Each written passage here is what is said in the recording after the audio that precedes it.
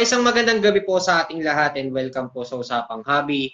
Ako po ang inyong lingkod na si Silverge. So, ang ating magiging special guest for tonight ay wala nang iba kung hindi si Mr. Aris Joseph Austria. So, ating babalikan ng ating nakarang panauhin para kanyang ibahagi ang kanyang bagong naging karanasan sa mundo ng hobby. So, Sir Aris, before we start, sino po ba yung mga gusto niyong pasalamatan or i-shoutouts po? Una sa lahat, good evening sa lahat ng mga manonood, pati mga nakikinig.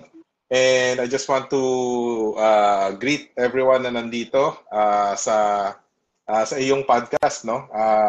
Especially yung mga may mga napagsabihan ako, hopefully nanonood sila.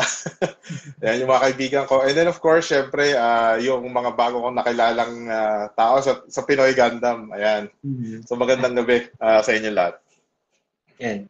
So, sir, sa mga hindi nakakaalam, si Sir Aris po ay nakaraang panauhin ko on my last podcast at marami kami napag-usapan. At ito rin yung isang sa mga magandang time din para maibahagi mo rin yung mga bagong experiences or para ma-refresh natin yung mga nakaraang pag-usapan natin para at least kahit paano ma-remind natin or magkaroon ng awareness yung mga ibang tao. So, sir, to start with this, sir, para sa kalaman ng iba, sir, outside the hobby, ano po ba yung inyong pinagkakaabalahan or ano po ba yung inyong trabaho or ano po ba yung pinagkakaabalahan? Ayan. So outside the hobby, isa akong licensed na financial advisor. Nagtatrabaho ako sa isang insurance company. Aside from being a financial advisor din, may team na ako. So, manager na din ako. So, kumbaga, tinuturo ko rin sa kanila kung ano yung tinuro sa akin nung una ako pumasok sa industry. Ayan. So, aside yun yung kumbaga day job ko. Ayan. Pero minsan, tuwing halos parang almost every Sunday, nagtuturo naman ako ng mga bata sa church. So, sir, from being a financial advisor, sir, no? So, para sa kalaman din ng iba, paano po kayo napasok sa mundo ng pagkokolekta ng hobby, especially sa gunpla? Actually, bago ako lumipat ng career, nagsimula kasi yun nung high school. Nung nakita ko yung palabas na Gundam Wing. So, natuwa ako kasi syempre, maganda to mga robot, ganyan. So, tapos nakakita ako ng model kit. Hindi ko alam na model kit pala siya. Basta alam ko, binubuo lang siya. So, mga early 1990s pa to eh. Tapos, na siya, nagkaroon ako ng mga taon na nagbubuo ako, pero hindi siya very mainstream.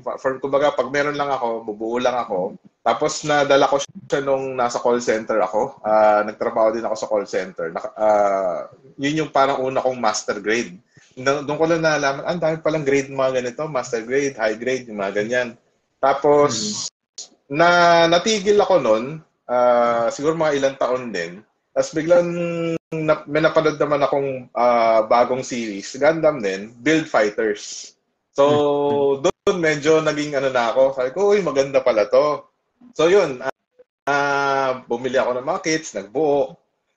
Tapos, yun, naghahanap din ako ng mga paraan kung paano ko lalo mapapaganda yung mga ginagawa ko. Bumili rin ako ng tools. So, medyo, napagdalaanan ko na rin siya ng oras. Hanggang sa ngayon naman. Although yun nga, dahil sa trabaho, medyo nagiging konting napag-ano ako na lang ng konting oras. Pero ayun, I make time na kahit isang parte lang binubuo ko, kailangan ko bumuo. Kasi syempre, ko rin yun therapy ko rin yun. Lalo na nung pandemic. Talagang nagbukas ako ng maraming kits ng pandemic So ayun. So, sir, di ba, nung panahon, syempre, nung kabataan mo, so balikan natin yung kabataan mo, di ba? Para sa kaalaman ng bagong henerasyon ngayon, lalo na sa mga hobbies na newcomers. So, sir, that time po ba, sir, di ba, alam naman natin, no, tayong mga Pilipino, at consider talaga nating OG talaga ng Gundam, ay hindi si RX-78, si Gundam Wing. Yun yung pinapalabas sa GMA at saka sa Cartoon, di ba? So, sir, nung time ba na yun, sir, since na walang social media at that time, wala masyadong platforms at that time Gaano po ba kayo ka-frustrated, sir, pagka hindi nyo siya naaabutan sa isang episode sa isang palabas? Kasi pagka may TV ka, big time ka ng mga panahon na yun, di ba? Nako, sabi ko. Ano lang yan? Siyempre, kapag nami-miss mo isang episode, parang, tapos siyempre, after one day, manonood ka ulit. Ano nangyari doon sa nakaraan? Ba't sila nandito sa sitwasyon na to? So, ano nangyari? Wala talaga ako, parang wala akong magawa. So, ganun na lang ulit. Antayin ko na lang, hopefully, mag-reply na lang si TV. Kung nila, na i-replay na lang yung mga episode.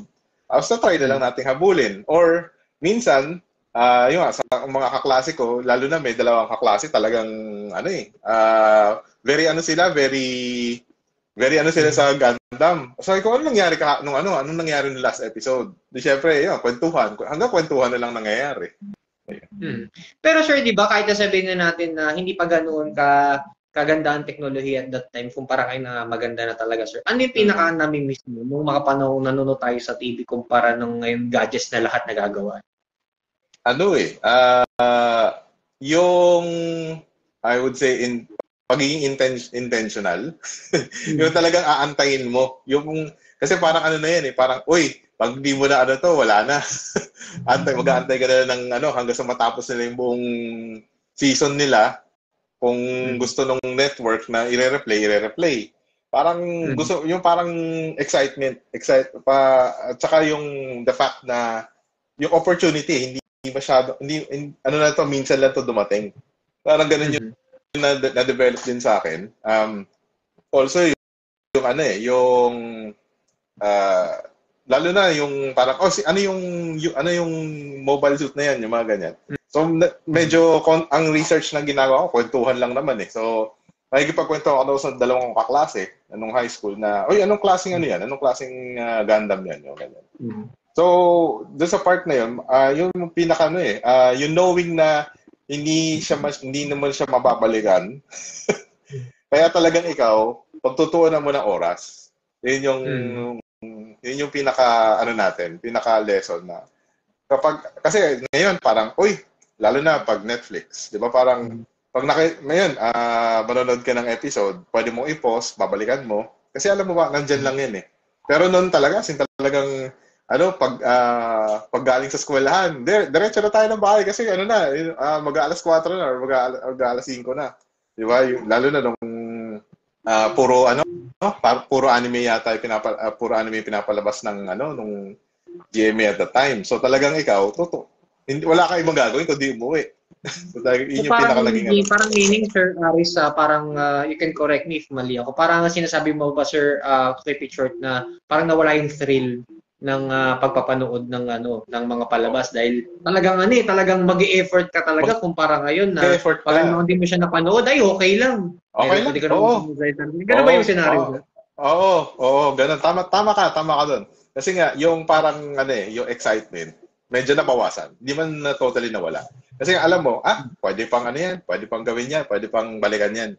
Or pwede nating panoorin yan lahat ng mga episodes sa isang upuan lang. So, yun yung So, yun yung nabawasan. Yung parang thrill na, kailangan kong habulin to. Paano naman, sir, yung question ko na rin, sir, when you speak naman, pagdating naman sa produkto, yung mga Gundam products at that time, siyempre, yung mga panahon nun, mga G-Units, tsaka Gundam Wing, Gundam G, tsaka Gundam X ng mga time yun, sir, di ba? So, paano naman yung environment dati ng pagkukolekta ng Gundam ng mga panahon ng 90s kumpara ngayong henerasyon? Malayo ba ang diferensya, sir, sa experience mo? Kasi sa oras na yon, ako, lalo na kapag halimbawa meron ako nakita, pupunta ako sa isang toy store, nakita ko may model kit. Ang titignan ko muna yung presyo kasi nga limitado yung allowance ko So, yun yung mag-iipon talaga ako.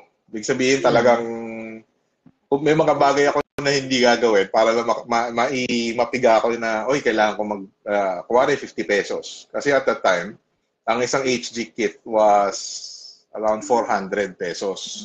400, 300. Ako, nung high school, ang baon ko is 100. Na yun? Talagang gagawa ka ng paraan para makabili ka. So, ipon, ganyan. Or, hihingi ka ng extra para dun sa para mabili mo lang. Yung kasi noon talaga alam mo kasi na makakabili ka and then ngayon kasi parang medyo may resources na tayo. So mas actually pareho din naman mamimili ka ng bibilin mo. Yan. And then ang isa pa, at totoo lang, may nakita ako sa palengke na isang tanda ko to. God Gundam na HG. Pero binibenta nila ng 100 pesos. Yung mga bendy. Oo!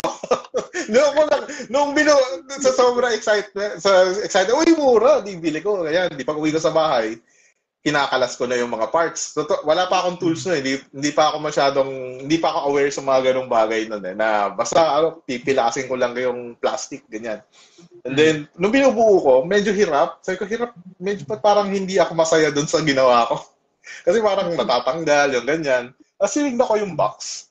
Sabi ko, tingin ko, di ba Di ba dapat Bandai? Dapat Bendy?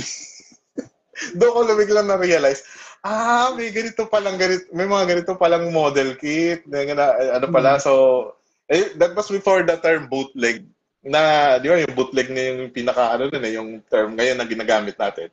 Japex, para ganun yung So ako naman. Tsaka diba just to educate lang din Sir Aris, diba na hindi yung mga nabanggit like Dragon Momoko tsaka yung mga Link, yung mga une, ang mga talaga ng mga panahon, Bendy, diba? Bendy. Na talagang naging bahagi ng kabataan ng mga Gundam collectors sa mga panahon ng 90s. Paglabas mo na eskwelahan, mga nakasabit o mga nakalagay na siya sa cabinet ng mga Totoo, kaya nga sabi ko na natuwa ako nung una. Kasi nga, mura lang eh. Kumbaga, dalawang recess lang, dalawang araw lang ako mag-iipon, okay na eh. Yung isa kasi para medyo 1 to 2 weeks ako mag-iipon for a single kit. Eto, parang, pwede na to. And then, doon ko na okay. Okay, hindi pala ito yung Bandai. Yun. So doon ko rin natutunan na meron pala imitation. Pero Sir Aris, 'di ba nung time na 'yun, 'di ba? Syempre nag-iipon ka eh. So hindi mo rin nakokontrol yung kung ano yung may stock sa mga mall eh, 'di ba? So sa experience mo sir, talaga bang sa kaalaman din ng iba na mahirap din bang maghanap ng kumpletong lineup ng Gundam Wing at that time? Hindi mo siya ma-eksakto na kumpleto siya sa market mo. Ito, actually, out of the 5, isa lang ang nabuo ko. Isa lang kasi nahanap ko. Shenlong yun Naalala ko yung Shenlong eh. Tapos, Tolgis 1. Doon sa sa kakahanap. Very popular si Wing at saka si Death Sight eh. Alam mo, hindi ka makahanap ng, kumbaga, natitira for some reason. Kung hindi si Tolgis, si Shenlong. Okay. Basta, okay na yan. Basta meron. Yan. So, nung time na yun, medyo, siyempre, nag-iiba din ng nagmamahal din ng presyo ng bilihin. So, parang ako, medyo, iniwan ko muna panandalian yung, kumbaga, natuwa ako, meron akong Shenlong, meron akong Tolgis. At that time, sige, okay na ako doon. Tapos na. Kumbaga sa feeling ko noon at that time, tinapos ko na yung hobby. Okay na ako doon. Kasi hirap na rin ako. Tsaka kung kukumpletuhin ko to, anong mangyayari? Ayan. Tsaka yun nga, ang unang tingin ko sa kanila, laruan. Laruan talaga. Kasi yun, pinapaglabang ko. Ganyan. So, yun yung una kong tingin sa kanila noon. Pero sir, 'di ba, nasabi mo nga na after nun sir, 'di ba, na nag-transition ka na. Syempre pag lumalaki tayo, nag-iiba yung mga hilig natin at that time. At sa pag tayo nagkaroon ng resources, nababalikan na natin yung mga gusto natin ginagawa ng kabataan. So sir, ano naman ang masasabi mo since nabanggit mo nga na hindi mo siya na kumpleto at that time? Kasi 'di ba nagkakaroon ng mga reissue si Bandai ng mga lumang model kits, bago man ng mga luma. Ano ang nagiging thoughts mo about dito? Is it an advantage for you or an disadvantage? Siguro kasi at that time, nung nakita ko na nagre-reissue na sila, oy, okay, maganda opportunity. Kaso lang, doon sa time din na yon, meron na silang bagong version eh. So, yung HDAC, di ba? Tapos yung iba, yung HD lang na ordinaryo. So, lalo na nakita ko meron na sarili sila, si Wing. Tsaka iba yung box eh. Iba yung box. So, parang nag-opt ako doon sa medyo mas bago.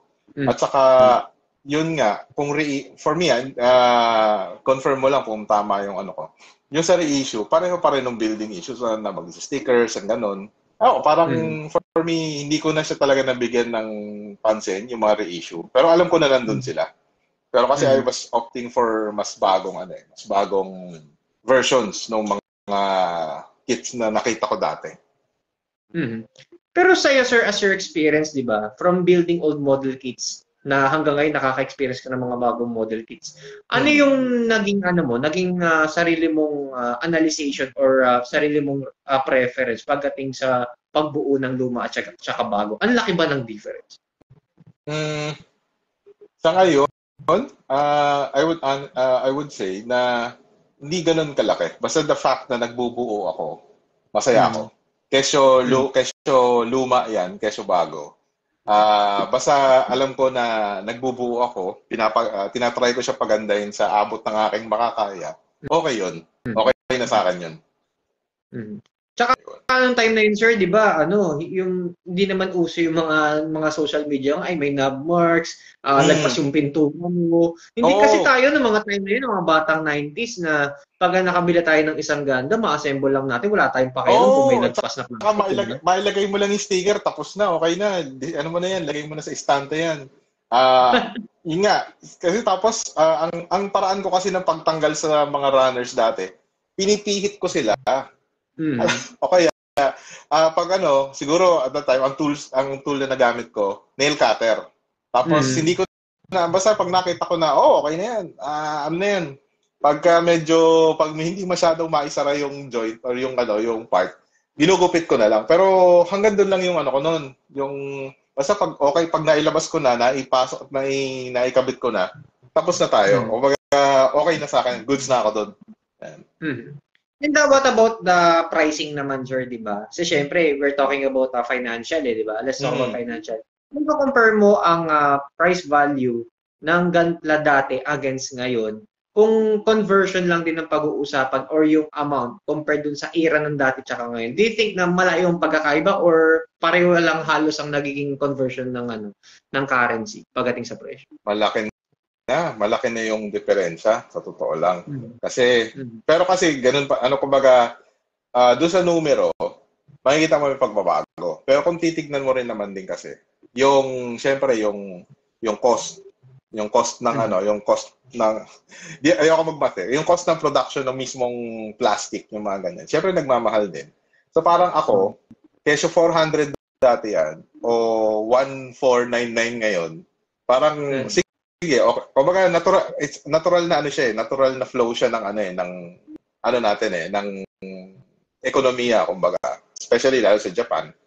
Lalo na nung 'di ba? Lalo nagmahal yung mga model kits na nagkaroon ng pandemic kasi nga yung mga tao nakakulong sa bahay, 'di ba? So lalo nag-accelerate. Although yun nga, syempre you have to be more mindful din kung yun nga, kung mag-iipon ako ng ganito, ano ba yung gusto kong bilhin? Yung bang nakita ko na dati o yung papalabas pa lang na model kit? So, you have to make decisions din na ganun din. Tapos, siguro, kung halimbawang... sige. Paano naman, sir, kung halimbawa, hindi naman sa nagiging antagonistic ako, sir, di ba? Lalo na sa mga batang 90s na may mga ganito, sir, real talk, May mga ganito kasing taon, hindi pa rin nila matalikuran yung nakaraan nila. Na halimbawa, merong isang model kit, nabili niya lang ng ganitong presyo yan. Tapos makikita mo social media at sa mga market na ganito na yung presyo niya tumaas. And then may magsasabi na tao na nung panahon niya, sabi nga daw niya, ito yung presyo niyan. Ito talaga si company, tinataas yung presyo dahil sa demand. Anong masasabi mo rito na napagkukumpara niya yung presyo tsaka dati? Do you think how should you educate this person? Well, actually, una sa lahat, valid naman yung feeling na yun. Kasi nga, tumataas ang presyo eh. Well, hindi lang naman sa model kits. Pati sa sa mga bilihin din natin, di ba? Siguro sa pero kung iipit natin sa model kit, ano pa rin eh, parang yung fact na kumbaga bago ka makagawa ng isang yung pinaka parts, yung mga parts, iba yung mga runners na gano'n. Magkano kaya yung ginastos ni company para makapag-produce ng gano'n? Siyempre nag-aano lang sila, sineternohan lang nila na in such a way siguro, I think ang Bandai naman, ayaw naman nila na medyo maagrabyado sa pagbili yung mga kliyente nila, yung mga customer nila na tayo yun. Pero at the same time, hindi rin natin maiiwasan na ganun talaga yung takbo na ngayon ng mundo eh. Na mas tumataas na, unti-unti tumataas yung cost of production, pati siguro yung mga boxes, at saka yung pati yung ano, 'di ba? Yung mga matawag doon, yung mga expansion parts, 'di ba? May mga ganun pa, 'di ba? Kung talaga gusto mong makita ng 100% ang buo yung yung kit na you need to be willing to shell out the parts. Kasi yun nga, noon at ngayon, kasi magkaiba talaga sitwasyon noon at saka ngayon eh. Noon, I would say siguro sa loob ng 100 tao, ano lang naman, sample lang naman. Siguro mga sa 10 tao lang naman yung nagbubuo ng Gantla. 'Di ba? Sa loob ng 100 tao. Eh ngayon, dahil popular na, 'di ba? Nag-boom yan sa US, 'di ba? Nag-boom sa US, lalo na naglalabas na ng panibagong mga series, 'di ba? Ngayon, I think yung kakatapos lang ng Witch from Mercury, 'di ba? So, ibig sabihin, ang dami nang bumibili, ang dami nang nakakakilala. So, syempre, demand yun eh, 'di ba? Demand, supply and demand. Eh kung medyo mababa ang supply, kailangan mag-a-adjust ng presyo. Kaya ganoon din naman, kumbaga siguro maybe after 30 years na ulit, baka ang HD siguro twice or thrice the price na nakikita natin ngayon. Simply because yung yung pagtaas ng presyo ng paggawa or cost of production na sinasabi nila. Tapos sir, 'di ba parang just to add to that sir, 'di ba na dahil din sa pandemic, daming affected 'di ba? And also dahil nung time din tumaas si Gantle. So para to sustain the production, alam naman natin, di naman din pwede sugarcoat to nag-international si Gantle, na-extend yung production nila eh. So we must understand na meron siyang kapalit, 'di ba? Na para makuha mo isang model or makakuha sila ng mas magandang production, kailangan din nila magtaas. Hindi nagkakalayo yan sa basic necessities natin, sir. Correct. Tama na. Parang kung itatabi mo yan sa binibili mong pagkain araw-araw, di ba? Ganun din. The more popular yung pagkain, di syempre, maraming bumibili, o lumiliit yung supply, magkano sila? Magtataas sila ng presyo kung kailangan. Same din sa Gunpla. Paano naman sir, meron ding iba na may mga nag-speculate daw na sabi nga daw na kaya nga daw nagtataas ang presyo ng Gunpla. Hindi lang siyempre na pagkukumpare na sa panahon nung pagkita ngayon. Pati na rin daw na sinasabi nga daw na dahil daw sa mga scalper na lumaganap dito sa ating Philippine community. So anong masasabi mo rito sir? May part ba na totoo to o talagang totoo talaga na nangyayari to sa atin? Actually, doon ko rin gusto pumunta eh. Hindi ko lang mailang paano. Buti na naipasok mo yun. Kasi, nagke-create ng artificial, well, for me, nagke-create siya ng artificial shortage. Di ba parang, halimbawa, ilagay na sa bigas. Di ba? Kung halimbawang may isang klase ng bigas na for a certain price, di ba? Kung alam kong maibebenta ko ng mas mataas yan, ang gagawin ko, lahat ng supply ng bigas, itatago ko yan. Pag medyo naghahanap na sila, ilalabas ko yan, pero nasa mas mataas na presyo. Realidad ng buhay, pero yan yung realidad na, alam mo yung parang, pare naman, nagtatrabaho, lahat naman tayo, nagtatrabaho ng tayo, naghahanap buhay naman tayo ng tama. Bakit ganun yung nangyayari? It's not a good practice. Totoo naman, scalpers. Kasi, lalo na, although hindi pa ako nakaranas ito, yung sa mga concert, di ba, yung mga pag magbebenta ng ticket, bibili ka kasi bibenta mo na mas mahal. Parang, ano yung parang bakit, ano yun, medyo, nawiwid, hindi man, nade-deny mo yung opportunity na ma-enjoy ng tao yung experience. Di ba? Kumbaga, sana, lalo na yan, di ba? I think, may nabasa ako, yung, RG na Nu, pero Fukuoka version, maraming may isang tao, maraming mali-maleta yata binili niya. Kasi, parang totoo ba yan? Kailangan mo ba talaga yan? Pero yung pala, nag-create ka ng artificial shortage. Paano, sir, Aris, ganito?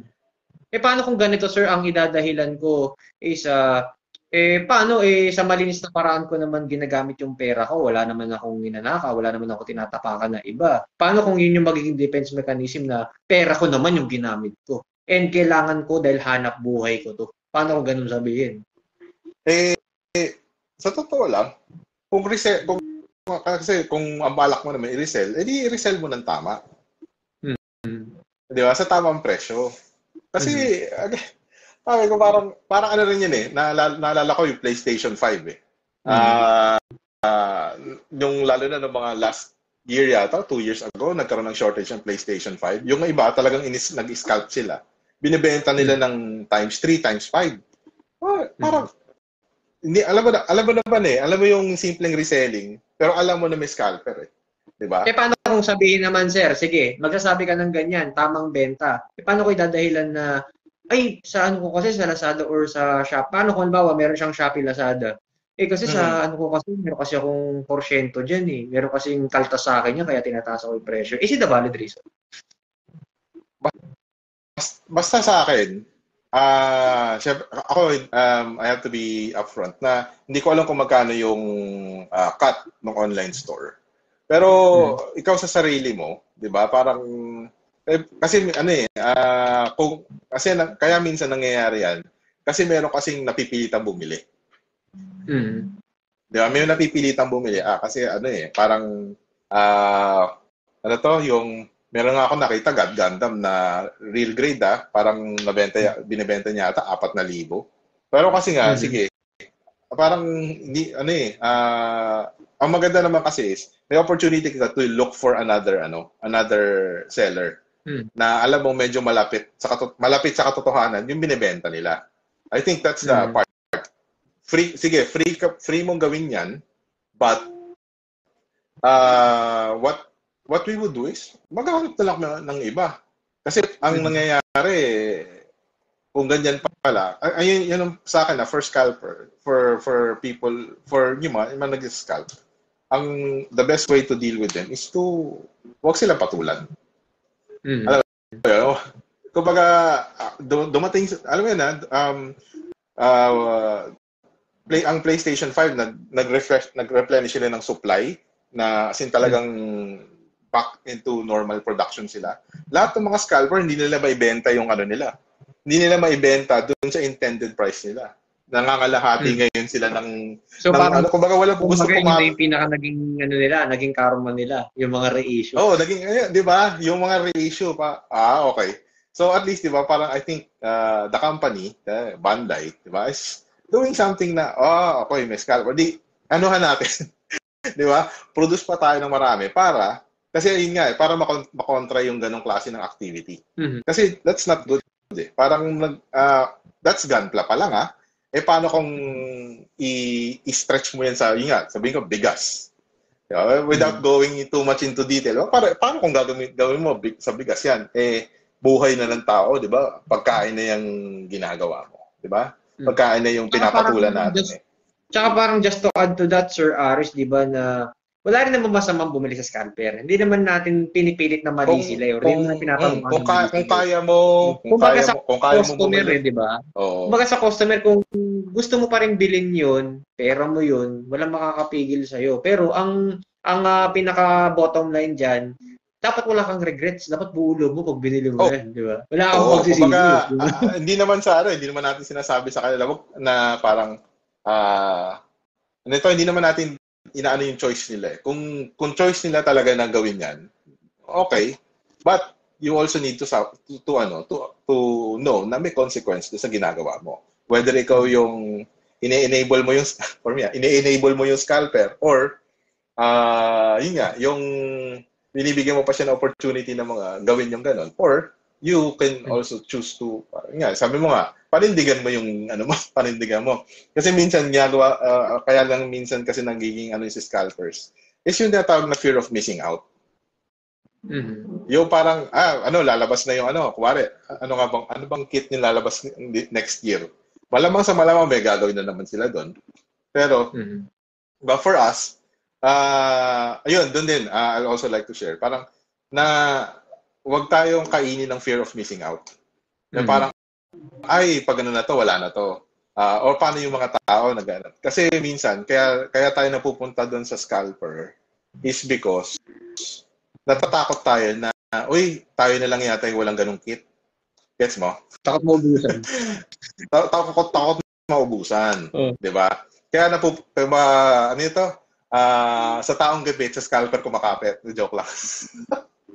Ganun eh. Yung parang ganun. Pero at least, diba, parang, ano naman eh, yun, yung sa mga kits na, they will be reissued in the future.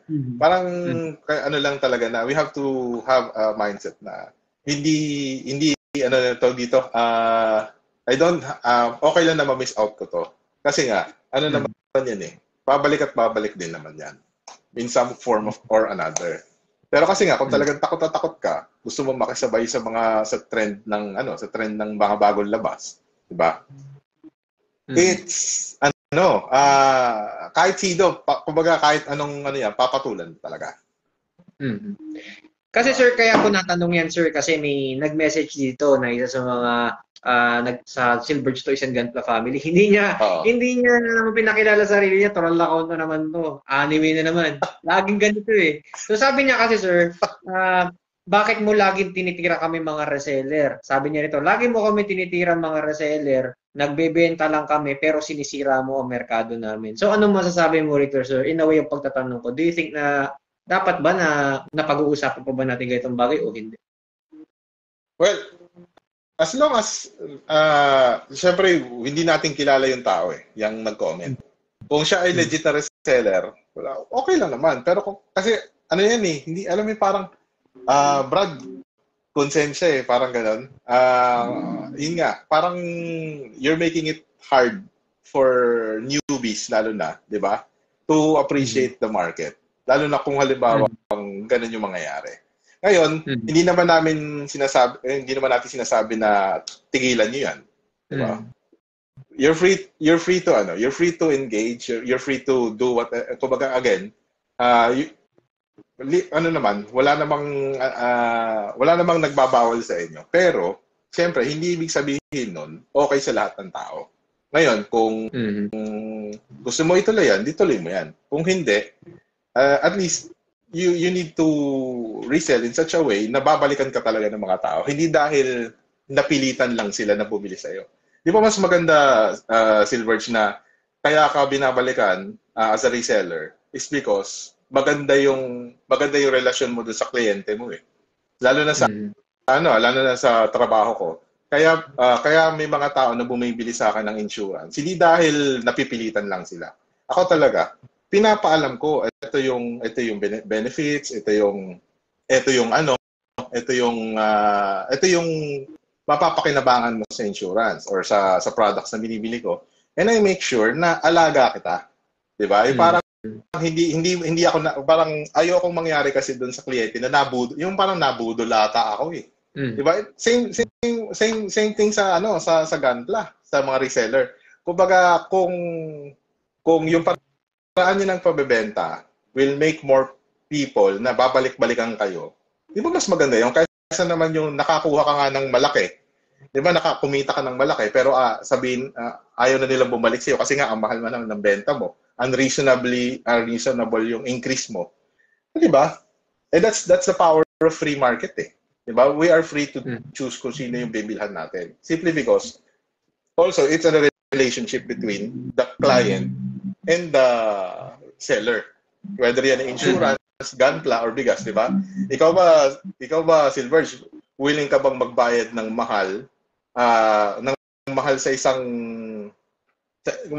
willing ka ba magbayad ng mahal na isang produkto na alam mo na parang feeling ko niloloko lang ata ako or pineperahan lang ata ako nito. Di ba? Or di ba? Or willing ka na magbayad from a seller na, uy pare, maganda to, i-ano mo ako, i-recommend mo ako sa mga kaibigan mo, maganda. Di ba? Ang ganda nung maganda yung, hindi naman sa, kumbaga yung sa reseller, gandahan mo yung kumbaga, gandahan mo yung experience ng customer na nabibili sa'yo.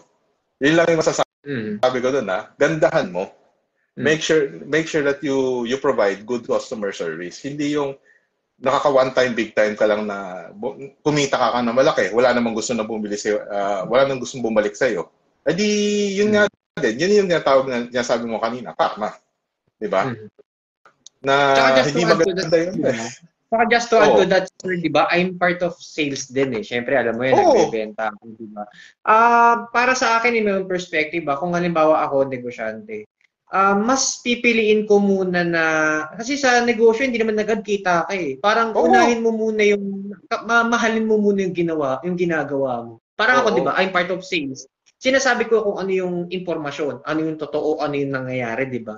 So pagka naging totoo ka sa customer mo, negosyante ka man, at nagbebenta ka man ng mga laruan or model kits, sinasabi mo yung totoo, ano yung flosses niyan, ano yung presyo niya, ano yung reason niya, bakit ganyan siya kamahal. At least, doon masasabi ng customer na, ay, totoong tao to, totoo yung serbisyo sa akin. Bibili ulit ako sa kanya. Di ba? Kaya kahit na yung item na yun is mahal man o hindi, kung ang customer service mo is maganda, maayos ang approach mo, transparency is always 100% at pinifeel ng mismong customer na parang valuable siya, babalik-babalikan kanya kung anong presyo man ay pato mo, di ba? Kumbaga, the name of the whole game is value. Are you valuing the relationship na meron ka with your customer? Ngayon, kung halimbawang ikaw ay isang, yun nga, kumita ka ng malaki, pero baka hindi mo na maulit yan. Gets mo? Kasi nga, nadala. Ay, yun ang pinaka-iniiwasan natin, na madala yung tao doon sa ginagawa mo. Diba? Tsaka yung pagiging tapat, diba? Correct. Yun. Diba? So, since nabanggit na natin yung sa diba? Nabanggit na natin yung sa scalper market, sir, diba? So, pag-uusapan naman natin, sir, yung P-Banday. And alam naman natin, sir, di ba, na magko-collection ka ng G Gundam series, di ba? So, ano ang reaction mo, sir, na si Gundam Rose at si Gundam Master ay ginawang P-Banday? Alam mo, choice niya yun eh. Choice nila yun eh. wala tayong magagawa doon. Hindi ko lang alam kung siguro sa mga, kung tama ang pagkakaintindi ko sa P-Banday, limited edition. Hindi siya parang pag sinabi, kasi iba yung salitang premium sa Japan eh. Alam mo yun? Premium parang limited, hindi siya limited edition eh. Yung basta it's not the way yung pagkakaintindi natin as premium. Parang gano'n eh. Kumbaga, yun nga. Anyway, choice nila yun eh. Pero alam mo nakakalungkot, parang parang bakit gano'n? Well, ano nila yun? Prerogative nila yun. Again, ito yun. Dito naman papasok ulit tayo. Yung mga bumibili. Tuloy, for me, tuloy nyo lang yung ginagawa nyo. Tingnan natin kung may bibili. Di ba? Tuloy nyo lang yan. Tuloy mo lang yung ginagawa mo. Di ba? Or, let them, kumbaga siguro parang live feedback, kumbaga. Na kung ipipibanday mo yung buong G Gundam na lineup, baka walang gustong bumili. And then that would make them rethink their strategy. Kasi I think sa kanila, basta makita lang naman nila yung movement ng movement ng mga ganyan, 'di ba? Mag-aano rin yan magbabago yan. Pero yun nga, nagulat din ako, bakit P-Banday? Nakita ko yung Rose tsaka Master, 'di ba? Paano pa kaya yung Dragon tsaka si Bolt? Tagal ko na. Alam mo, si Bolt, parang, hindi pa, hanggang ngayon, wala pa ako nakikitang Bolt Gundam eh. G Gundam, meron ako na RG at saka ng HG. Pero yun nga, Pero paano kung halimbawa, sir, mabigyan ka ng pagkakataon, sir, magkaroon ng reissue ng 90s na 1/1 grade na G-series, yung kumpleto. Tapos naglabas ng P-Bandai na G Gundam, kumpletong Shuffle Alliance. Pero yung presyong scalper Anong pipiliin mo? Yung P-Bandai o yung regular release? Kung yung regular release, tama yung presyo. Bibili ako kasi yun pa rin tsaka kung presyong scalper, wag na lang. Alam mo yun, mas marami pa ako mabibili kung magkano man ibabayad doon sa presyong scalper. Kaya, baka makabili pa ako ng 2-3 master grade dyan, di ba? Kung ganun yung gagawin nila. Kasi sir, di ba? Kasi sir, lagi nirereklamo ng tao, ang sabi nga daw, lagi kaming nauubusan sa P-Bandai Shopee kasi nga daw, ang kumukuha daw mga scalper daw. So, ano masasabi mo ron, sir? Hindi ako makapag-comment kasi kumbaga, siguro, yun ang spekulasyon na puro scalper yung umuubos. Parang, sa totoo, hindi na, wala tayong, sa part natin, hindi natin siya ma-address. Pero yun nga, we want to make life hard for them. Parang gano'n. Na para mag-think twice sila bago sila gawin ulit. Again, babalik na naman tayo dun sa customer service, di ba? Na again, tsaka yung syempre yung fear of missing out. Although syempre gustong-gusto naman natin to be honest, kung yan ang magiging normal Bandai, yung dalawa o yung buong Shuffle Alliance at sa tamang presyo. I want to spend money on that. Pero kung kasi yung talagang garapalan, yung mga garapalan talaga meron. Hindi na, syempre, alangan namang abangan natin sila sa labas, hindi man natin sila kilala. Pero yung, we want to make it, hindi tama yung ginagawa niyo. Hindi kami bibili sa inyo. Diba? Hindi naman sa pero again, choice na naman ulit na mamimili yan eh. Diba? Whether gusto mong patulan si scalper or hindi, the choice is yours. Pero kumbaga, tayo nandito, kaya tayo nagkukwentuhan ng ganito is because ganun yung nagiging kalakaran. Yun yung realidad ng buhay natin eh. Okay. We just want to make sure na, alam mo yun, parang alam namin, ito sana yung gusto natin mangyari. Pero again, nandun pa rin sa mamimili. Nandun pa rin sa customer yung at the end of the day. So, okay. So, sir, after that, sir, di ba, usapang pera pa rin to eh. This is my next question for you, sir. Hindi ko alam kung nakaka-insulto yung tanong o hindi eh. Sir, question is, sir, kung halimbawa, sir, sa scenario, sir, ng buhay mo, sir, butas lahat ng brief mo. Tapos, sir, meron kang perang pambili ng brief. At nakakita ka ng 2 brand. Yung 3 brand pala, sorry. Yung bench na branded, yung bench na 300, tsaka yung Gundam brand na brief. Ano ang pipiliin mo sa 3 at bakit? Talagang tanong yan, ha? Basta kung ano yung komportable sa akin.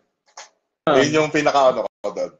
At saka, unless, ito lang naman personal kong take. Kung gusto mong bilhin yung Gundam na underwear, go lang. Kung yan ang kung yan ang nagpapasaya sa buhay mo. Pero again, sino makakita? Yun lang yung ko doon. Sino makakita niyan? Kung gusto mo ipakita yan, well, Actually, ang waiting ni Bandai eh. Kasi alam nila yung weakness ng collector. Pag talagang bigyan ng kalakaran, di ba? Ang dami mo collection, pero butas ang brief mo, di ba? Nakikita ko yun. Diyos ko, natatawa rin ako eh. Anyway, di ba, lahat ng merch, di ba? Lahat ng merch pwede, di ba? Yung Gundam na ganito. Or, one time, bumili ako ng keyboard na Gundam ang tema. O, di ba? Kasi nga, yun eh, nakakaano rin yun eh. Pero ako, sa akin lang tumitigil ako dun sa point na, teka muna. Wala naman makakita nito. Ba't ako bibili nito? Yung t-shirt, yan, bumili ako ng t-shirt na, I think, 3 sila. 3 na Gundam ang tema. Yung Sasabi, Strike Freedom, at saka Unicorn. Actually, yun, binili ko yun sa Uniqlo. Which is okay sa akin yun. Pero kung naman nakita ko yung kung ano yung mas makapal yung tela para abutin ng ilang years. Okay to. Good yan, good Pero yan. Good dumating answer pero yan. sir, sa personal experience mo, dumating na ba sa time sir na bawa bibili ka ng underwear sir, dumating na ba time sa meron kang parang paninimbang na may katabi kang magandang model kit dito tapos may brief dito, hindi mo alam kung ano bibilin mo. May ganun ba scenario sir? Ah, actually, wala. Parang, kung kailangan ko talaga bumili nung underwear ko, bibili ako. Diba? Kasi, bibili ako eh. Ayoko nung bigla na lang, mapunta ka sa isang sitwasyon na makikita nila na ganyan yung na ganyan yung itsura ng underwear mo. Di ba mas nakakahiya? Di ba?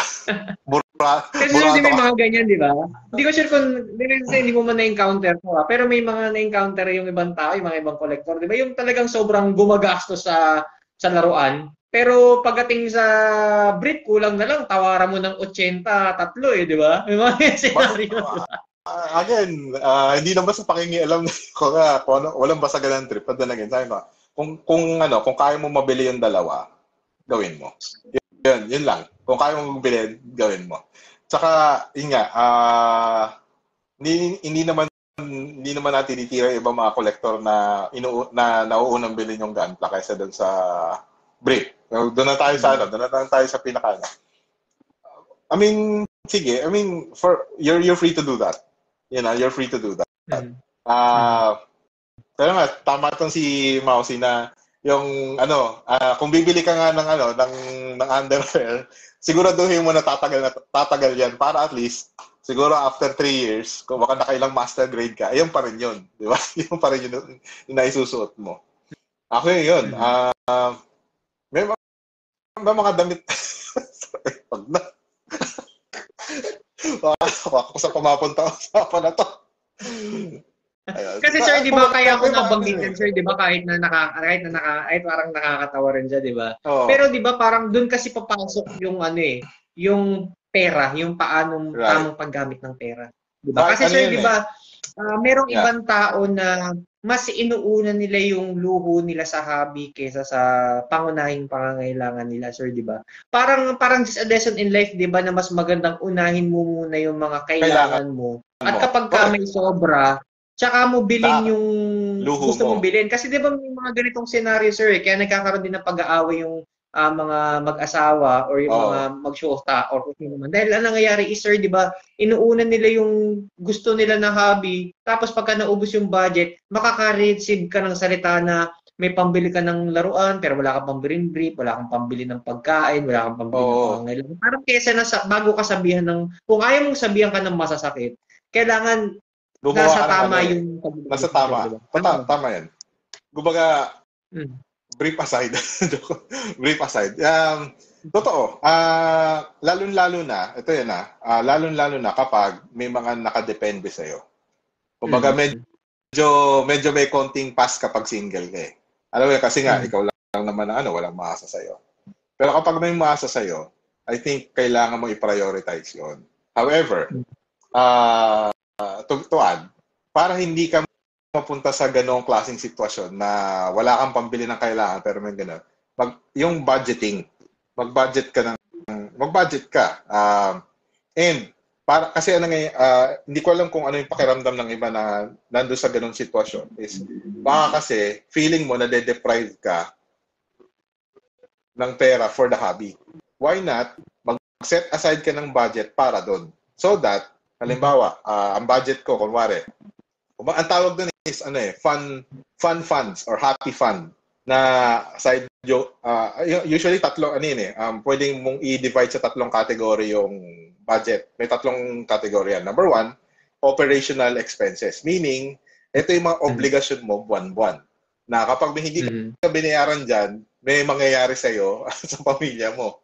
Mawawala ka ng kuryente, mawawala ka ng tubig, hindi kayo kakain. Diba? That's one. At saka yung mga obligasyones mo na, di ba, meron ka amortization. Diyan nakalagay yan. Number 2, yung second category is growth fund. Meaning, ito yung perang pinaglalaanan mo para lumago ikaw bilang tao. Maybe gusto mo matuto ng panibagong skills. Kuwari, gusto mo mag-explore, halimbawa, gusto mo mag writing, diba? Attend ka ng course ng writing, mag-aalat ka ng budget doon. Meron din investment. Mag-i-invest ka, 'di ba? Mag-i-invest ka. Kasi syempre, 'yun ang pinaka natin, yung we want to make sure that yung pera mo diba? And yun yung gusto nating i-encourage na mag-invest sila. And third, ito yung natawag na guilt-free spending, meaning basta may budget ka dyan, bahala ka sa buhay mo kung saan mo ilalagay. Whether kumain ka sa labas, whether mag-happy-happy ka, or, yun nga, bumili ka ng perfect grade mo, okay lang, basta may budget ka. Diba? Di ba mas magandang ano yun? Di ba mas magandang ano yun na may pambili ka may pambili ka ng brick, may pambili ka ng gantla. Kasi, naihiwalay mo na eh.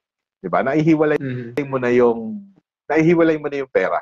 Ibig sabihin, ito, kumbaga, pag ano yun, alam mo kagad may budget limit ka. Diba? Or, halimbawa, kuwari ganito, magkano ba pinakamahal na perfect grade? Diba? Kuwari 15.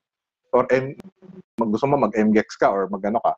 Diba? Alam mo kagad kung magkano. So that, halimbawa, every month, nag-set aside ka, tapos aantayin mo na mag-grow to a certain amount yung pera mo sa Happy Fund so that pag na-reach na niya yung amount niya, adi lumabas ka na sa bumili ka na ng bumili ka na ng pinakagusto mong kit.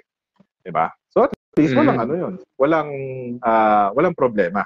Ibig sabihin, hindi ka mo problema kung butas yung mo, hindi ka na magiging ganun. At saka yun nga, pati yung mga necessities mo, na-address mo na din. And you also have money na for future use. Yeah. So, may circle of friends kayo. May circle of friends kayo. And then, syempre, merong iba magkakaibigan, sir, di ba? Halimbawa, may scenario na ganito na may kaibigan ka uutang sa'yo. Pambili ko ng Gundam. Sa mga conventions, talamak yan eh. Sa laruan, bibili ako laruan, bibili ako ng gantla. Merong iba na talagang nagbabayad and merong iba na senaryo na hindi na talaga nagbabayad at kulang na lang merong iba na binablock talaga yung inutangan para hindi na makasingil or hindi makausap. So for you, sir, as a financial advisor, how would you anticipate this kind of situation or how should we educate this kind of person sa may mga ganitong pangyayari sa amin? Sa parte nung sa parte nung humihiram, maging pag ito, paano ko ba sasabihin to na hindi ako naninira ng buhay? Joke lang. I mean, yung, pag hindi kaya, muna, set aside, or, parang, let's say, kung meron kang halimbawa, may mga sitwasyon naman na ganito may inaantay ka lang na pera, di ba, napapasok. Good yun. You have to hold them accountable they have to be accountable for that. Yung isa naman, talagang walang dumating, may mga tao talaga na yung parang napakababait. Ayan, yung mga ganyan. Sa parte ng mga hihiraman, huwag nyo na paulitin. Parang ganyan, kung medyo strike, huwag mo na antayin mag-strike 2, strike 3. Parang kung alimbawang nahirapan ka singilin yung yung kausap mo dahil doon. Wag na lang, kumbaga mo na lang sa kanya yun, experience mo sa kanya, hindi na siya pwede umulit. Kasi nga, well, kung hindi kita mapagkakatiwalaan dyan sa parte na yan, edi wag na lang, di ba? Yun lang yung sa akin. Pero kung and what about naman, sir, sa paano kung sa mga naman, sir, sa utang, sir, di ba? Do you think, sir, is it a proper way pa ba na merong iba kasi, sir, 'di ba, na umuutang talaga? Meron akong naging kaibigan na ganyan SSS pa talaga inilong para lang makabili ng laruan eh. Do you think is it appropriate ba na umuutang ka para lang makabili mo lang gusto mo laruan? Sa maikling salita, hindi. Medyo may problem tayo doon eh. May problem na tayo. Hindi ko kasi parang it's parang pangit na siya. It's a pangit na kaugalian na kung hindi kasi kung hindi mo kayang bilhin yung luho mo ng pera mo mismo, huwag kang uutang kasi ang dami nag-open up ka ng maraming problema. di ba? Mhm. Tapos ang nakakaano doon, ang nakakaiyak, di ba? Is yung mga problemang yan, easily avoidable eh. Alam mo yun, tipong kaya mo namang iwasan tong problema na to kung ano ka lang eh. Kung okay lang, kung tama lang yung kung tama lang yung naging paghawak mo ng pera. 'Di ba? Mhm. Yun yung part na yun. Pero again, sabi ko nga, priority. Ano ba priority mo? 'Di ba? Lalo na kapag may nakadepende sa iyo. Mhm. Diba? Kasi sir, 'di ba may mga ganito kasing scenario, sir, 'di ba, na hindi ko alam, sir, pwede mo kay critic kung tama ako o mali ako, 'di ba? Meron kasi mga ibang collector na pagka nakikita nila yung iba, especially sa Gunpla, na may ganito siya, may ganito siyang Gunpla, ako wala, marami siyang collection, ako wala. Parang nagkakaroon sila ng deprivement na kumbaga na gusto kong makisabay. So lahat gagawin ko para makasabay ako sa'yo. May mga ganito bang totoong klaseng scenario na merong iba na talagang sa sobrang obsessed nila, they had to make loans or umutang para mahabol or magkaroon sila ng item? Actually, hindi lang sa Gunpla eh. yan yung natawag na ano eh, na sa trabaho namin, FOMO, fear of missing out. Na pag hindi mo nakuha to, parang bababa ang tingin mo sa sarili mo, or yun nga. Kaya, di ba, parang gusto mo makisabay. Pero ang tanong kasi, sino ba nai-impress mo? Di ba? Sino ba yung nai-impress sa'yo pag may collection ka? Di ba? Parang, kumbaga, yun nga, may kasabihan nga na parang, you borrow money you don't have to impress the people you don't like. Diba?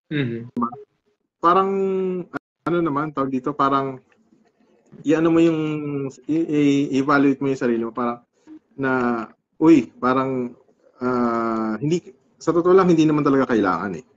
Alam mo yun, parang, may mas importante pa. At saka, yun nga, may collection ka nga, ano yung nadala niya sa'yo? Did it add value to your life? Diba? Lalo na kapag produkto yan ng bad money management. Diba? Did it add value to your life? Or parang feeling mo, I think you need to step back, take ka ng break sa hobby mo, lalo na kapag, diba, ang hobby naman kasi is, it's supposed to bring you joy. Diba? Paano kung halimbawang ganyan na yung nangyayari sa'yo, may anxiety ka, FOMO ka, para I think, you need to take, for me you need to take a break from that hobby kasi hindi na siya nagbe-bring ng joy sa'yo eh. Di ba? Paano kung defense mechanism, Sir Aris? Magla-loan ako, tapos bibili ko yung pinakamahal na laruan. Hindi, nasabihin niya, ay hindi, gustong-gusto ko to, tsaka pag binili ko rin naman to, mabebenta ko rin to balang araw. Is it a proper defense mechanism para sa mga ganun bagay? Kasi yun yung nagiging reasoning, di ba, pag nakikriticize? Kasi yung parang mabebenta ko to balang araw, sige, doon na tayo. Pero, again, bakit eh? Parang bakit mo ginagawa yan? Is it to full, ano bang need? Kasi I think kailangan rin yun eh. I-explore din ng tao baka kasi may mga unmet needs. Ito medyo bumo-border na tayo sa sa psychology ng tao, 'di ba? Parang ano bang mga unmet needs, ba't ganyan yung approach mo sa buhay, which is totoo naman. We're living in an imperfect world na may mga needs tayo na hindi na nami-meet. That's why pinupuno natin yung mga needs na yan ng mga ganito. Diba? Then again, wala pa naman ako nakakausap na tao na bumibili siya ng mahal tapos bebenta niya ng mahal. Although I think may isa akong kliyente ganun. Puro action, mga hindi action figure eh. As in talagang talaga siya. Ako naman, basta sabi ko sa kanya, basta may pera ka para dyan, may pera ka para sa insurance mo, may pera ka sa mo, hindi kita pagbabawalan. Wag ko lang maano sa'yo is, nangutang ka para lang dyan. Medyo, sabi ko, we need to rethink your priorities pag ganoon. Kung baga, at the end of the day, kung baka kahit sabihan na kita ng ganyan, at tumuloy ka pa rin ng ganyan, pa rin, kung baga, live with the consequences. Parang wag kang babalik sa akin na, uy, ganito, ganyan. di ibenta mo lahat ng mga binili mo. Di ba yun naman talaga yung ano mo? Tapos Yun naman talaga yung mahirap pa rin, naging... Sir Aris, di ba? Hindi pa niya mabenta. Mahirap. Kasi hindi naman Oo, agad-agad din sa laro sa panahon ngayon, hindi oo, mo agad mabibenta yung laruan mo. Since in defense mechanism nila na, oo. ay, bebenta ko rin naman to eh. Di ba, sir? Diba? Tsaka worst comes to worst, maibebenta mo, pero palugi. Diba? Mm. Tapos, yung perang pinambenta mo dyan, pambabayad mo lang sa utang mo. So, anong nangyari? Alam mo, walang buti yung pera na iyan. Kumbaga, yung pera na yan, na kung sana na ipambili mo ng brick mo, joke lang. Di ba? Na ipambayad mo sa mga utang mo, edi back to zero ka ulit. Diba? Kumbaga, Wala kang... parang except na naging investment siya, parang naging liability mo pa siya, di ba? Oo, Kasi inutang mo, di ba? inutang mo eh. Diba? Kaya as much as possible, diba? Iwasan natin yung ganong klase ng pangungutang. Kasi kung utang ka, halimbawa, gusto mo mag-start ng hobby shop, di ba? Ano yun, talagang gusto natin ikaw na gano'n. Gusto mo start ng business na tungkol sa hobby, pwede ka, you can ask for a loan. Diba? Siyempre, ang dami requirements nun, but towards the end, kung yan loan na yan will be bringing you to a place na nakakapag-business ka, may income ka. So, that's good. Pero again, kung halimbawa bibiliin mo lang yung figure o yung mga ganyang kit, medyo hinay-hinay lang. Hinay-hinay. Di ba? Tignan mo, baka mamaya, may baka pang meron ka pa bang, o kaya, try to find ways na mag-increase ka ng income mo para may pambili ka ng ganyan. Yan. Parang kumbaga maganda, di ba, parang just to clarify to them na mag-loan ka kung laruan man related yung gagawin mo, ipang negosyo mo na lang kaysa ipang sariling luho mo na lang. Kasi yung sariling luho, naiipon naman yan eh. Huwag mo mamadaliin, di ba? Oo. Tsaka yun nga, may reissue. Tsaka yun nga, pwede ka mag-reseller, di ba? Yung mga ganun eh. Pero yung part na kasi, yung, alam mo yun, na hindi, na we want to, lahat naman kasi yan, hindi naman siya inherently bad. Pero kapag halimbawa dumating na doon sa punto na hindi, ginagawa mo siya dahil meron kang mga unmet needs at saka yung mga sinasabi nga nila na issues.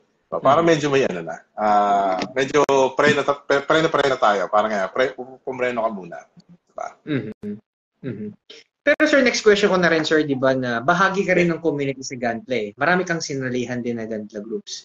Natanong ko na rin to sa aking previous na naging guest at that time. Matitake question ko sa kanya. Ito yung tungkol sa pagbabahagi ng impormasyon.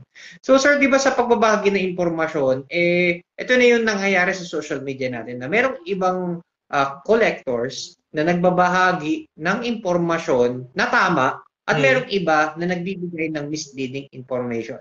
So for you as a netizen ng isang Gunpla group or sa mga sinalihan mong Gunpla groups, paano ba natin matutukoy or ma-identify kung ang impormasyon ng isang tao is lehitimo o hindi, or paano ba natin na may iwasan yung misinformation sa social media pagdating sa Gunpla groups? Hindi kumbaga whether in a Gunpla group or otherwise, di ba? Ang pinaka-enemy natin ngayon is misinformation, di ba? And as a netizen, parang we must also have due diligence to check out kung tama ba yung sinasabi niya. Kung tama yung sinasabi niya, good. Kung hindi, call out natin. Pero baka kasi parang call out natin yung information, wag yung tao mismo. Unless talagang habit na niya na alam mo yun, hobby na niya na mag-spread ng fake news, kumbaga. Pero, alam mo yun, yung informasyon niya, kumbaga, ang i-correct natin yung informasyon na binibigay niya. Lalo na kung, alam mo, first time na nag-post siya. Parte kasi, yun nga, parang wag tayong tamarin mag-fact check. Lalo na kapag medyo too good to be true yung informasyon niya. O, di ba? And yun nga, especially for Gunpla, di ba? For Gunpla related information, di ba? I would say na sige, fact check natin. Lalo na kapag mga impormasyong importante, di ba? Yung mga medyo big deal na information. We need to be vigilant. Na totoo ba 'yun? Ganito. We can also do our own research na na dun sa mga impormasyon binigay niya. Kasi yun nga, dahil alam na natin na hindi lahat ng impormasyon sa internet totoo. So we also need to check it out. And then kung tama yung information niya, sige, i-spread natin. Kung mali, call out natin yung information. Mali yung niya. Mali yung information na check mo. Ito yung mga sources ko. 'Di ba? Kailangan yun nga, verify din natin kung saan source niya nakuha yung isang sources niya yung nakuha yung impormasyon na yan. Parang naman niya, fake news, 'di ba? Fake news to real news, 'di ba? Yung mga ganyang issue dati. Pero question na rin, di ba? Sa social media, sabi mo nga, yun yung dapat gawin. Paano kung merong isang member sa ganitong community na pinipilit niya na gawing tama ang mali? Kasi may mga ganyan, di ba, na mag-educate ka, ganito si ganyan. Tapos, i-correct mo siya, ay hindi yan ganyan, sir, kasi ganito yan, ganito. Tapos, sabihin nung maling nagsabi na impormasyon, hindi, mali ka. Ganito yan. Ganyan. Hanggang sa nagiging flooded na sa social media. Do you think may mga plans, may mga ways pa ba to control this one or uncontrollable yung mga ganito? Well, kung hihiram tayo sa Bible, di ba? A statement of a person seems right until a person challenges him. Di ba? Tama yan until may mag-call out. At saka also, di ba, parang you have to have at least 2 witnesses. Di ba? Halimbawa, 10 tayo. Kuwari, nag-share ako ng maling information. Tapos sinabi nung isa, mali yan. Medyo, pa yun eh. Kailangan mo ng tiebreaker. Meaning, kung halimbawa more than 2 na yung nagsasabi na mali, doon sa tao nagbigay ng information, he has to be gracious enough to admit na mali yung impormasyon na bigay niya.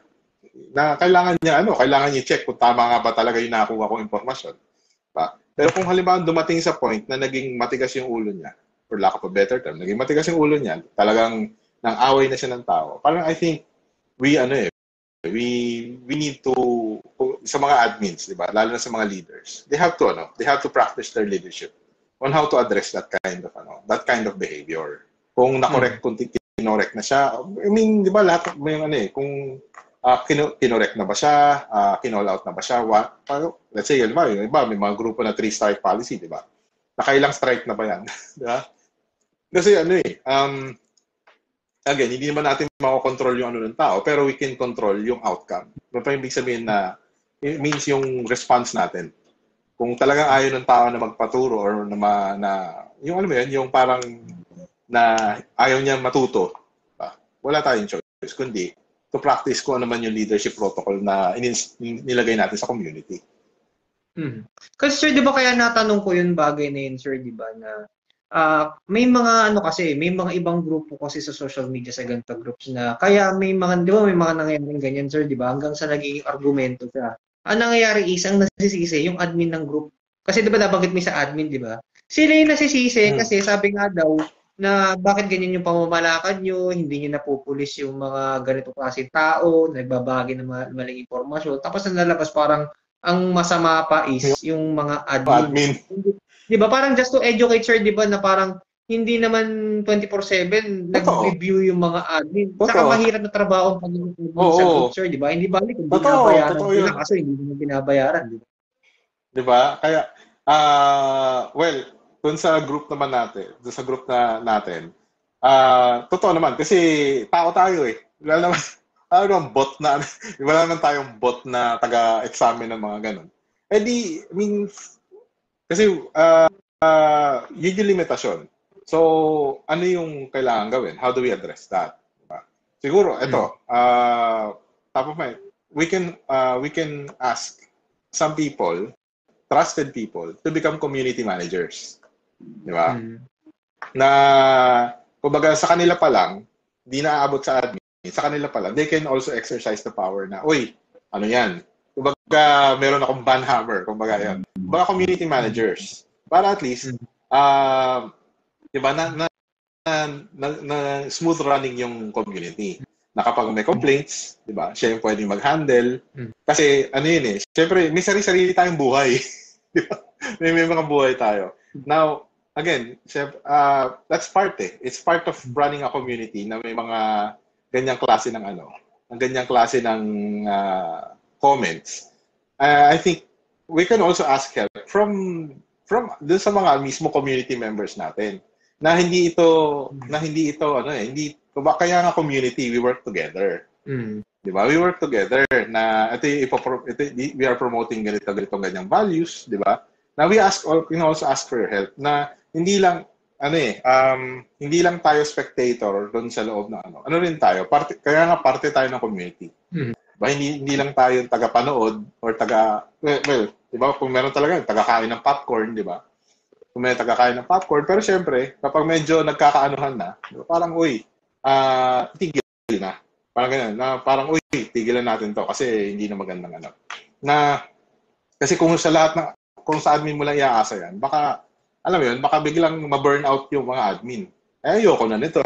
Hindi naman ako binabayaran dito. Di ba? Wala, kumakain lang to ng oras ko. Di ba? Hindi naman ako compensated dito. Hindi, minumura ako ng mga taong hindi ko naman kilala. Di ba? But, siguro, one avenue that pwede i-explore is we can have community managers.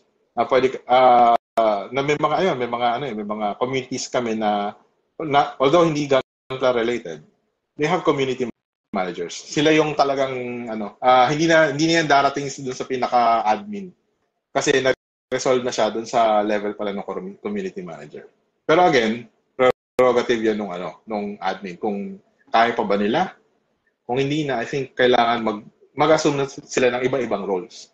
Meaning, ikaw yung parang pinaka-top. Yung isa, kung kaya ng powers mo, community manager ka for Monday, Tuesday, Wednesday, yung mga ganun. Kasi nga, totoo naman, mahirap talaga. Nakikita ko rin, meron din ako mga friends na nagpapatakbo ng community. Mahirap talaga. Tapos yung siguro another one is subject for approval lahat ng post. Although, syempre, magiging magiging tedious yun. Pero again, we can, doon pa lang sa part na yun, nare-regulate na natin na ito bang post na to is something na, alam mo yan, di ba yung may mga checks and balances tayo. Ito ba yun? Ganito? Di ba? Tsaka sir, di ba, just to add to that, sir, di ba na, halimbawa, kung ikaw admin ka ng isang grupo, di ba, na, syempre may community ka, may report yan eh. So, kumbaga, sir, di ba, na maging neutral ka in the balance. Correct. Saka yung mga nagva-violate, sir, ma-review mo naman yan eh. Na parang bilangin mo siya until strike 3, di ba? So, kumbaga, sir, mas maganda rin para mas solidify mo yung evidence ng mga ng mga violations niya. I-screenshot mo. And then, pagka-alam niya na na-banhammer ka, kausapin mo yung mismong na-ban, bakit siya natanggal doon sa grupo. Ipakita mo yung conversation niya. Kasi di ba may mga ang nagiging reasoning nila, sir, na binan ako sa grupo na hindi ko alam kung bakit. Kasi yun yung nagiging defense mechanism nila, sir, di ba? O kaya, halimbawa, naman, although medyo mas matrabaho to, halimbawa, may violation, strike 1, notify na kita. Ito yung ginawa mo, ito yung violation mo. So, this is your first warning. So, at least, alam na ng tao. Kasi para at least, hindi siya pwedeng kumontra sa'yo ng, binan mo ako kasi nang walang rason. Hindi, may rason tayo. Winarningan kita. Nakadalawang warning na kami. Matigas ang ulo mo. So, kailangan ka ng iban. Yeah. Kasi minsan, mas maganda rin na ganun eh.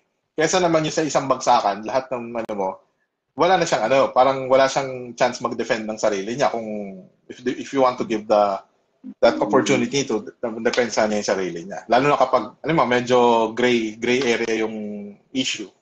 Diba? Kumbaga, if you want to give them an opportunity to defend themselves, sa isang violation pa lang, iyan mo na kagad. Okay. Usap kayo, parang ganun.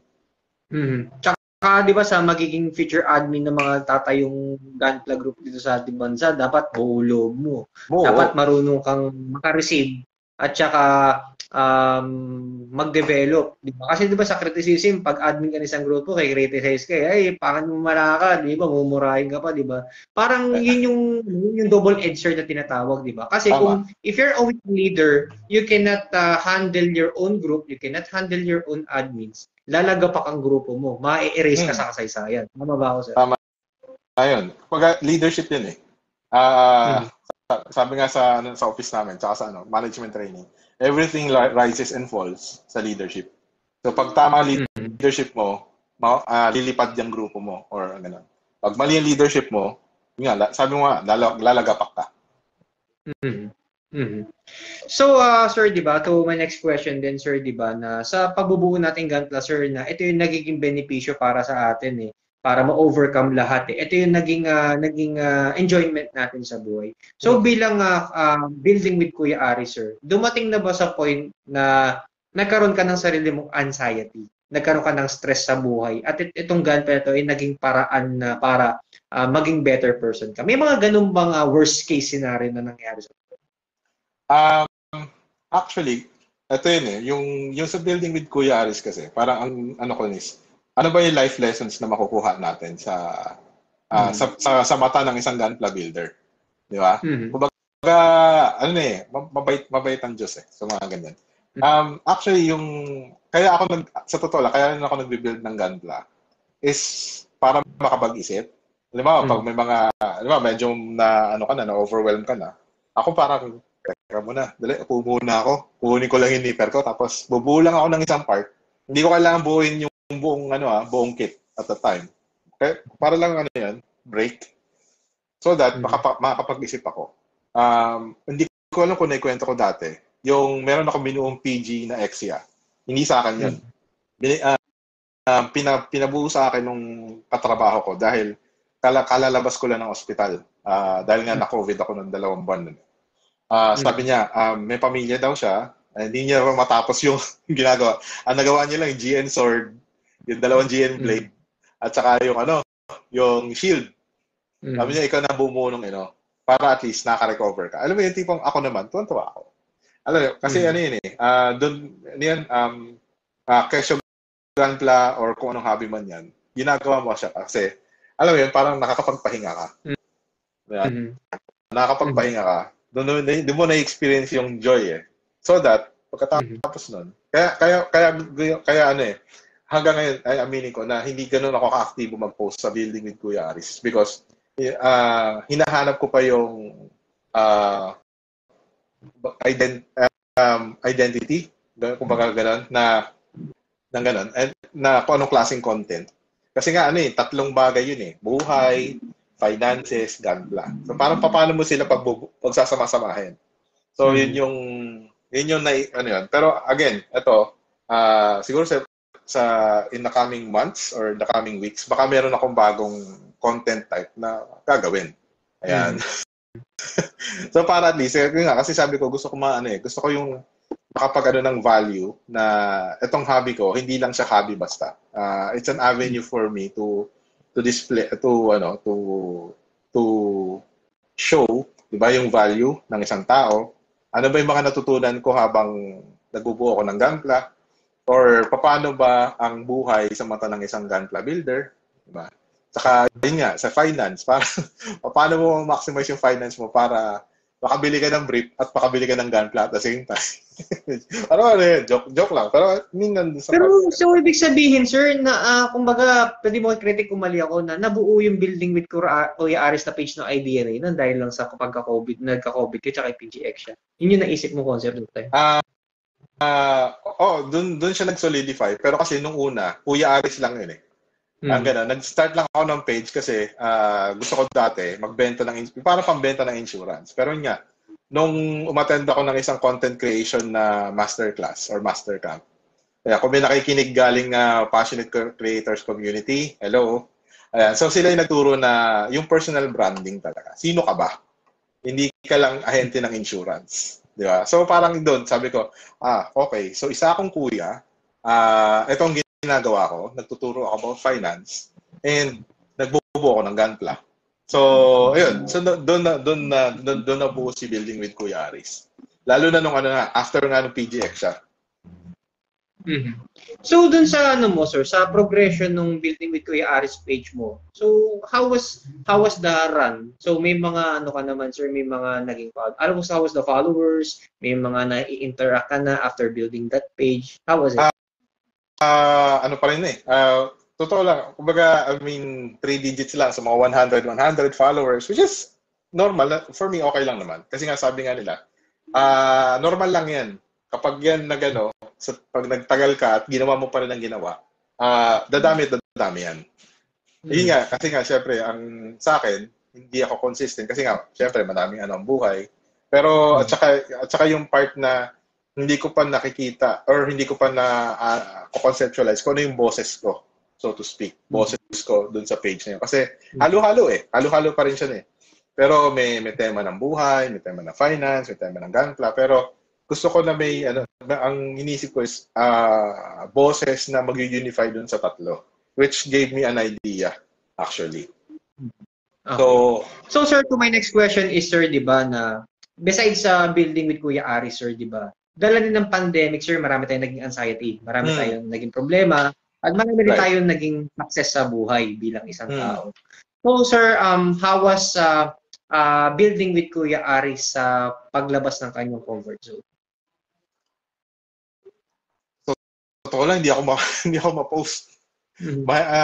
Hindi mapili eh. Mapili ako mag-post kasi. Lalo na comfort zone ko, basta kung trip ko lang mag-post, trip lang. Pero yun nga, dahil nga dun sa dahil dun sa inattendan ko, tsaka yung sa community na rin, basically, dun sa content creators community, na talaga mapipilitan ka na mag-produce ng content. Siyempre, mag-iisip ka na. Dati, basta Gunpla, okay na yan. Basta, ganito, ayan. Pero mas nagiging deliberate ka. Ibig sabihin, ano kaya yung value nito doon sa mga kabasa or sa mga karinig or sa mga kapanood. So, yun. Mas nag-iisip ako, parang ganun. Mas pinag-iisipan ko yung mga content. Kaya may mga may mga post din ako na may picture, tapos may kwento, ganyan. So talagang pinag-iisipan. Although, yun nga, isang part din is yung consistency, which is hindi ako masyadong consistent. Kasi nga, parang minsan talaga yung buhay, maraming kailangan sa'yo ang buhay. So, hindi ka agad. So, yun nga, again, in terms of comfort zone, yun nga, yung nakaka-interact ko ng mga tao na hindi ko kilala at that time. Also, yung although hindi ko nilagay sa sa building with Kuya, since sa Pinoy Gundam. Totoo lang ang kilala ko lang doon ikaw. Hindi pa kita nakikita sa personal. Biglang kung nakikinig man siya si Ed Galon. Kasama ko sa trabaho dati 'yan. Nandito ka pala. Yung mga ganun. Nandito ka pala.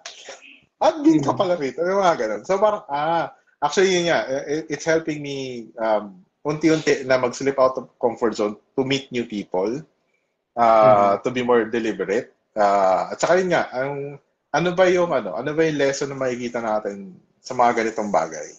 Again, sabi nga, hindi naman ako perfecto. Pa rin naman, nasa journey naman tayong lahat.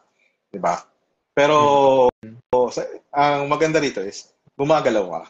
Ibig sabihin, kumbaga sa pagbubuo ng Gunpla, di ba? Unti-unti may ginagawa ka. May nakikita kang progression dun sa ginagawa mo. Same din sa buhay. Ayun.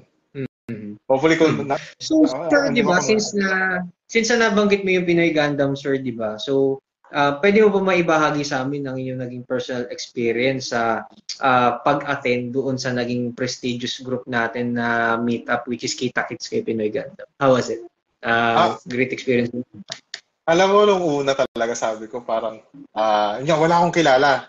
Tapos, tong si Silver, si Silver, parang, paano kaya to? Kasi di ko alam kung parang first time akong may mga pa rin ako, may mga, I would say parang apprehension na mag-attend. Parang baka wala naman akong dito, baka walang mangyari sa akin dito, baka biglang mapunta lang ako sa isang sulok, manonood na naman, mananahimik. Pero hindi. Alam mo parang, ay, wow. Una, sabi niya, si Ed. Sabi ko, kasi kwento ko lang naka-face mask siya noon, nandun sa Reg. Tinawag niya ako dun sa nickname ko sa trabaho. Sabi ko, sino to? Sino to? Tapos sabi ko, baba mo yung face mask mo. Alam mo, tipo, Ed? May kakilala na ako dito. Tapos di nakilala na kita sa personal net. Kasi nakita ko yung dynamics ng grupo. Sabi ko, ayos to mga to. Wala, syempre, alam mo yung Meron tayong physical challenge doon sa metal build. Para sabi ko, ano yun, sasali ba ako dito? Hindi. Kasi bago lang ako dito. Sasali ba ako dito? Hindi. Eh, nung time na yun, nakompleto na yung linya. Sabi ko, sige, antayin na lang natin yung ano, antayin na lang natin yun. Pero sabi ko, parang gusto ko to. Parang gusto kong magpakita rito. Sa mga susunod na mga meetups, yung mga ganyan. Tsaka yun nga, si Ed, nakatulong sa akin si Ed na, alam mo yun, na-introduce ako sa inyo, si Mundo, si Joshua, ayan. So, Uji, thank you, ayan. Kung ba unti-unti ko kayo nakilala, yan, si Carla, di ba? Si Carla Excela, di ba? Oy, sabi ko, parang kilala ko to. Si Carla Excela yata yung nagbubuo ng Gundam, ayan. So, at saka nakita ko talaga yung passion. Kasi nakita ko talaga yung iba. Ako kontento na ako ng straight build na may konting ano eh. Kasi talaga pinagtuunan nila ng pansin or pinag-isipan nila yung mga ginawa nila. Sabi ko, hindi ordinary, for me, these are not ordinary people. These are people na alam nila yung gusto nila, alam nila yung ginagawa nila. At saka community nga eh. Community, maganda yung ano niya, maganda yung dynamics eh. Kumbaga, sabi ko, aside from sa ibang ganyan, ano to, pag nasa kita-kits tayo mga bata, parang ano, di ba? Parang, for that moment, wala tayo, katuwaan lahat eh. Di ba? Walang work. Okay, you're free to be, parang to explore. Oy, maganda yung collection na ganito, yung ganyan. Tapos, syempre, gusto mong kilalanin din yung tao na, gusto mo yung kilalanin yung tao na gumagawa nun. Di ba? So ako, parang, it's an opportunity, it was an opportunity for me, new people, na nagawa ko naman. And it's a good, overall, it's a good experience. Totoo lang. Kaya ako, sabi ko nga nun, kung meron pa namang another meet-up, sige, punta tayo. Pupunta ako. Gawa natin ang oras. Actually, sir, it's a good thing dahil magkakaroon naman tayo ng another na naman nakita-kits for this year. And i-announce na lang din natin yan sa Pinoy Gundam. So para sa iyo, Sir Aris, ano ba yung sa tingin mo parang ano lang yung parang nakikita mo in the future? What will be the preparations or possible results na magiging kita-kits natin for this 2023? Siguro, well, kasi nga, first time. So, yung feeling ko pa, late yata ako dumating eh. Pero hindi ko alam kung ano nangyari doon sa mga una. Pero, yung maganda, I think maganda naman yung naging program. And then, yung show, pwedeng yung mga, we can also showcase yung mga outs. Although, syempre, yung mga, mamimili kayo ng Gundam, yung mga Gunpla na medyo, maangas. Tapos interviewin nyo anong ginawa nyo rito. Para at least nakikilala natin. Tapos, siguro mag-welcome ng new members. Yung mga welcome ng first-timers. Para at least, muntik na, bro, muntik na akong umupo sa isang sulok. Kundi lang ko lang nakilala si Ed. Ay ko, okay to. Para at least, alam mo, pero totoo lang, very welcoming kayo. Very welcoming yung grupo, very welcoming siya. Na kung may makakaisip pa to take it to the next level, bakit hindi? Diba? Saka yun nga, kung doon sa physical challenge, kung di ba, kung perfect grade, parang willing ka magpabilad sa parang feeling ko parang willing ka magpabilad sa araw para lang makakuha yung perfect grade. Pero sir, makakapagpasali sa'yo sa Yamete Challenge pag anong premyo? Metal structure na new, perfect grade na PG English o yung high resolution model? Ano makakapagpasali sa iyo ng Yamete Challenge? Totoo lang, na-impress ako dun sa metal structure eh. Kasi sabi ko, ganda nito ah. Di ba metal structure yung isa doon? Yung katabi nung sasabi na malaki? Metal structure dalawa sila metal structure doon. Dalawa sila. Parang ang ganda nito ah. Parang, parang kung metal structure, baka, sige, kakayanin natin ng buong katawan natin. Perfect grade, actually. Kung halimbawa, sabi ka, sir, sige, premyo, metal structure na new. Tapos, ang challenge, push up, pero isang daliri lang yung nakaganon. Tignan natin. Joke lang. Tignan natin. Alam mo naman ang mga tao pag matindi ang pag matindi ang desire. Kung rin. Kumbaga sa anime, kung matindi ang desire mo, marami kang pwedeng magawa. Joke lang. Ayun ba? again, doon yung makikita na kung talagang matindi yung kagustuhan mo na makuha o yun, willing ka na gawin lahat ng kaya mong gawin. O, di ba? Yan. So, sir, for you, sir, na like ko tinatanong din sa mga viewers natin, sir. So, how do you see yourself 10 or 15 years from now as a building with Kuya Aris? Ano ba yung mga future, sir? Future plans or ano ba yung mga possible na mangyayari sa future? Actually, ang bala ko talaga to start a podcast. Start muna tayo ng audio. Pero ano pa rin, ganun pa rin. Pero I'll be introducing a new title. And then, tungkol nga sa buhay, especially self-awareness, yung mga flaws natin, yung mga ganun. And then, alam mo, parang magiging, it's a good go-to for people na hindi lang mahilig sa Gunpla, pero yung tipo naghahanap ng valuable content in terms of self-awareness, in terms of ma-maximize mo yung buhay mo. And then, syempre, kung halimbawa may mga konting opportunity na mag-review ng parang special episode, magre-review tayo ng isang kit or ng isang tool. Or, actually, ang binabala ko pa nga, build together Baga, may video, may guest ako, tara, gawa tayo ng Gunpla. Pero magchichikahan tayo dito. Alam mo yan? Para, tapos, yun, opportunity. At saka, baka, di ba? Baka yung guest, matuwa din sila na mag-Gunpla. At least, meron tayong bagong member. O, di ba? Yung mga ganyan. And then, it's something na it will provide value in the long run. Syempre, medyo rocky, it's up for me to start that. Pero yun yung gusto ko makita na itong podcast na to, itong Building with Kuya Aris for today is going to be puntahan ng mga tao na gusto makinig about life, how to take care of their finances, how to bring out, how to maximize the hobby. Hindi lang Gunpla, baka mamaya I can invite other people for their hobbies as well. Actually, ikaw pwede ka rin invite. Gawa tayo ng perfect grade. Mga 3 araw tayo din magpa-podcast straight to joke. Di ba ganun? Pero, di ba? Pero again, ayun, salamat kasi tinanong mo yung question na yan. Kasi talagang at the time hindi pa nabubuo talaga sa utak ko yung ano ba yung gusto ko during that time. So parang pag sinabing Kuya Aris, si Kuya Aris din ito. Kaya ganun. Para at least pero sir, kung sakali man na mabigyan ka ng opportunity na maipakilala ang sarili mo as a Building with Kuya Aris sa Filipino Gunpla community, how would you introduce yourself by one word at bakit? Kuya. Kuya. Kasi, yun ang parang naging hindi lang siya identity, hindi lang siya role, pero parang naging function ko na rin na maging big brother sa mga tao, lalo na kapag may kailangan kayo ng tulong, advice, o kung gusto nyo lang pagalitan kayo, pag may mga mali kayong ginagawa. Parang ganun. Kuya. Kasi wala na akong ibang maisip Parang yun yung pinaka prime identity ko. Si Kuya Aris.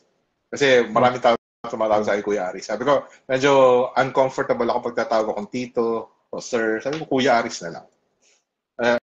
Tsaka maganda pakinggan, sir, parang someone to din, sakali man na may mga gusto sila mailabas na frustrations in life or motivations na gustong marinig. At least ikaw yung magandang lapitan nila in the future, sir. I welcome you. Parang ganun. If you want advice, if you want just questions answered, o kailangan mo ng tulong about, finance, hindi yung utang tsaka hindi ko popondahan yung bisyo mo, joke. Yung ganun, or about hobbies. If you want to know more about Gunpla, sige. Pero marami din akong pwede ipakilala sa'yo. Alam mo yan? Para, ayan, si Silver, ikaw, sila Ed, di ba? Tsaka yung mga ibang mga admin ng Pinoy Gundam, di ba? So that, yun din yung ko dyan Yun din yung parang gusto kong gawin na, Brad, ito, or Ma'am, dito ka. Ganyan. So, okay.